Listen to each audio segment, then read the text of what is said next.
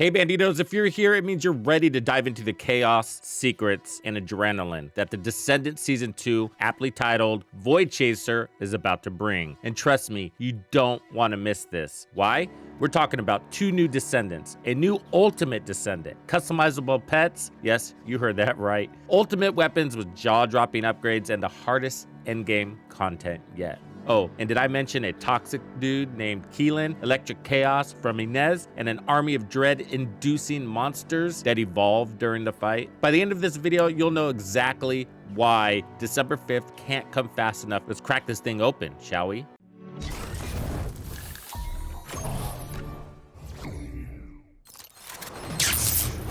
Tox makes it exciting! Season 2 isn't just a new chapter, it's a puzzling piece for the bigger picture. While it doesn't directly continue the main story, it's filled with cryptic revelations about what's to come. Want to uncover Sharen's Nemesis storyline? Yeah, we're diving into that darkness. And what's a new season without fresh heroes to play with, right? Meet Keelan, a member of the unit called Hound. This dude is fast, ruthless, and loves dashing into enemies with acidic decay, an onslaught toxic-based skill that will melt monsters into puddles. Look out, Freyna.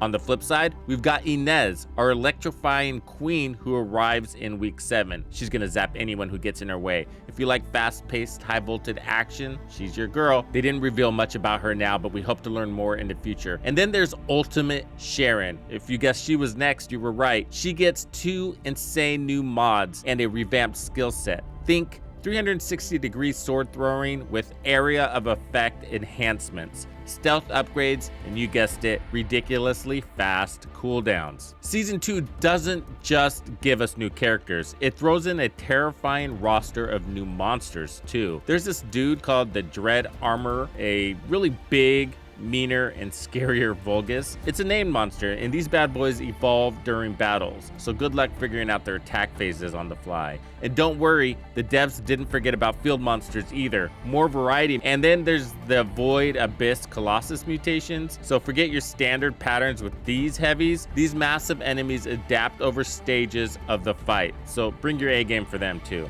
보이드 영유 모드에 진입하면 능력이 강화되고 파괴된 파츠가 재생성되는데요. 그리고 또 새로운 패턴을 선보이기도 합니다.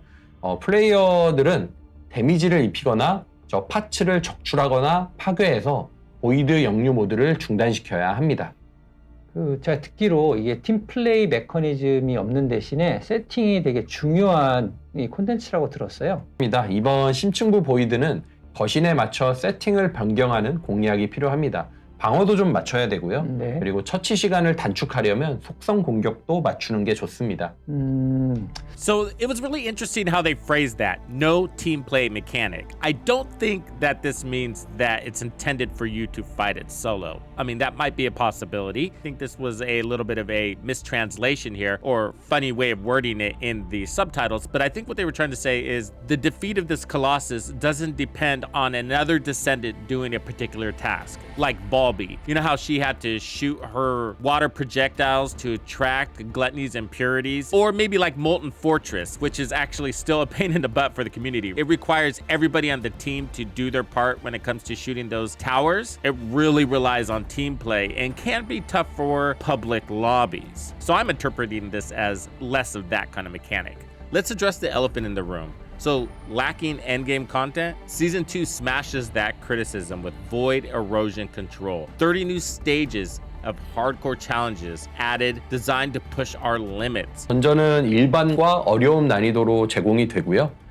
플레이어가 마랭 8에 도달하면 언제든지 도전할 수 있습니다. 그리고 이곳에서 킬런과 새로운 컨텐츠인 조력자를 획득할 수 있어서 많은 플레이어들이 도전할 만한 가치가 있을 거예요. 이 던전을 입장할 때마다 이동 루트가 좀 달라져서 새로운 느낌을 받을 수가 있고요. 그리고 400% 침투 작전처럼 몬스터가 많이 등장해요. 근데 여기에는 함선을 지키는 방어 장치로 침입자를 감시하는 드론이 설치되어 있습니다. 드론에게 발각되면 몬스터가 더 많이 소환되기 때문에 드론을 피해가면서 진행하거나 해제하면서 진행해야 하는데요.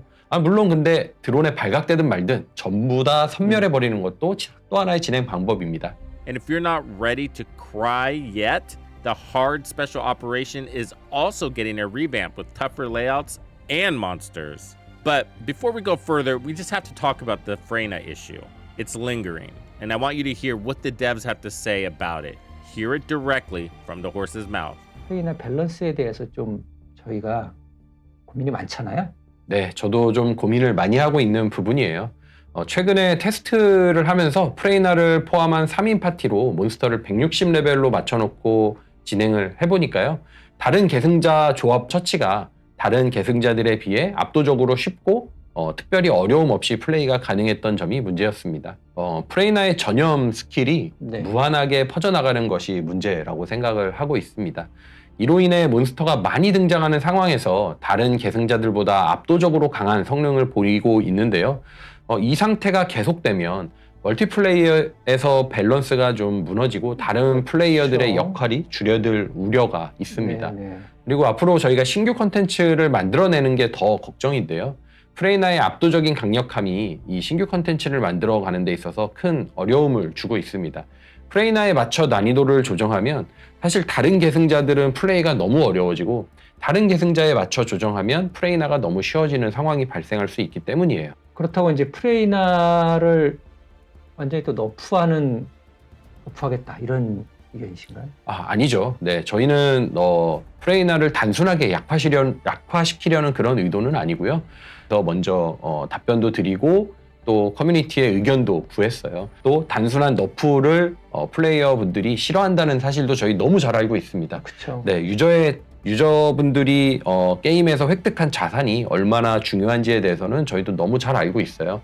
그래서 플레이어 여러분의 의견을 잘 취합해서 신중하게 결정하고 만약에 어떤 우리가 이 변화를 준다 하더라도 많이 플레이어 커뮤니티와 토론하고 그리고 합리적인 방안으로 진행을 하려고 하니 개발팀도 이미 출시된 계승자의 너프에 대해서는 매우 조심스럽고 보수적인 입장이라는 것을 다시 한번 말씀드리고요.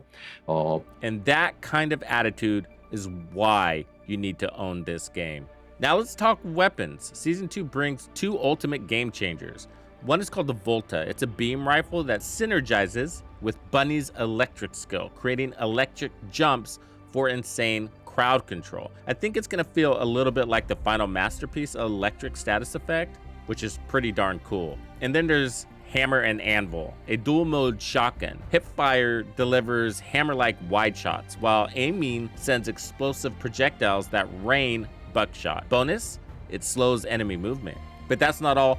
Week 7 of Season 2 will introduce the Weapon Core Unlock system with 5 core slots to fine-tune your arsenal. You're not just customizing weapons, you're making them yours. 무기 코어 개방 시스템은 무기의 성능을 더욱 뾰족하게 강화할 수 있도록 설계된 시스템이고요. 무기의 스펙을 추가로 향상시킬 수가 있어요. 그래서 이 시스템을 통해 무기를 원하는 방향으로 좀 더 강력하게 만들 수가 있습니다. 무기마다 고유한 코어 슬롯이 최대 5개까지 있고요. 각 슬롯에는 특정 모양의 코어 아이템을 파밍해서 장착할 수가 있습니다. 코어 아이템은 아까 말씀드린 대로 보이드 침식 정화에서 얻을 수가 있고요. 네. 코어 아이템을 선택할 수 있고요. 전략적으로 세팅을 구성하는 재미를 느낄 수 있는 시스템입니다. Now let's talk about the dog. Yes, German Shepherds are officially recruitable, and they do more than just look cute. These furry little friends help you farm, automatically dismantle items, and boost mod drop rates. And if that's not enough customization for you, get this. You can now paint default skins, tweak back attachments, and even slap common skins on multiple Descendants. Oh, and Christmas and Lunar New Year themed skins are coming too. Festive and deadly, just the way we like it. The devs are actively addressing player feedback. The focus strategy system guarantees targeted drops, so no more relying on pure luck. Say goodbye to some serious frustration. We didn't get to see full detail of how this works, but there's going to be some sort of progress bar that when the meter gets full, you will get a 100% chance of that drop. And then they also discussed a high shape stabilizer, and these will be available from the ETA 0 vendor. 이 아이템을 사용하면 비정형 물질의 개봉 확률이 반전이 됩니다.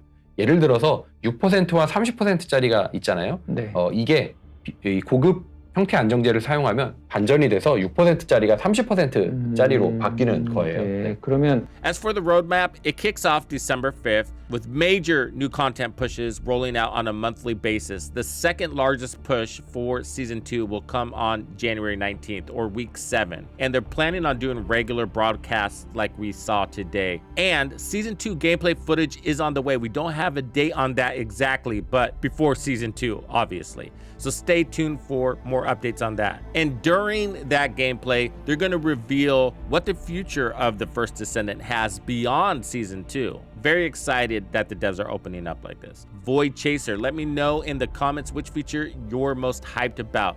Is it the new Descendants, the evolving monsters, or that adorable German Shepherd? And don't forget to smash that like button, subscribe, and hit the bell so you don't miss a single update. Season 2 drops December 5th.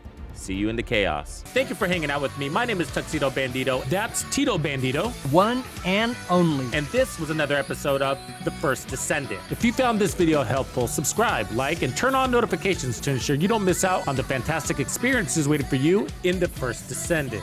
And if you like videos like this, check out the one I have recommended for you right here. If you have anything you want to see covered, be sure to let me know in the comments below. And thank you to all the channel members and donors who make everything possible. Tux Nation wouldn't be without you. When you buy or download anything for the First Descendant, be sure to use Tux's creator code to support the channel. Easy peasy.